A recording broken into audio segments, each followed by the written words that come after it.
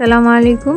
আমি সিজনে আম দিয়ে মুড়ি মাখানো খাবো না তা তো হয় না বস, আমরা গাজীপুরের মানুষ।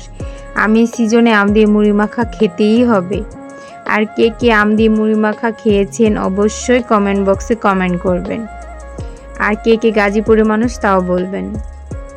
আম দিয়ে মুড়ি মাখাতে হলে লাগবে আম, মুড়ি। আমি আমগুলা জুস বানিয়ে নিয়েছি, সেগুলো ঢেলে নিচ্ছি। লাগবে চিনি, আপনাদের পরিমাণ মতো চিনি দিয়ে নেবেন। আর মজা বাড়ানোর জন্য গুঁড়া দুধ এবং লিকুইড দুধ দিতে পারেন। আমি গুঁড়া দুধ দিয়ে নিচ্ছি। দেখছেন গাইস কত লোভনীয় লাগতেছে, দেখতেও যেমন লোভনীয়, খেতেও ঠিক তেমনই লোভনীয়।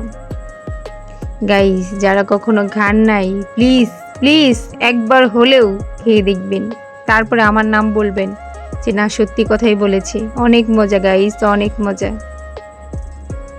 দেখেছেন কত লোভনীয়, আমার তো দেখে আবার খেতে মন চাচ্ছে। আমার ভাইয়া রিভিউ দিবে, রিভিউ শুনলেই আপনারা বুঝতে পারবেন যে সত্যি মজা কত। দেখেছেন গাইস, সত্যি অনেক মজা।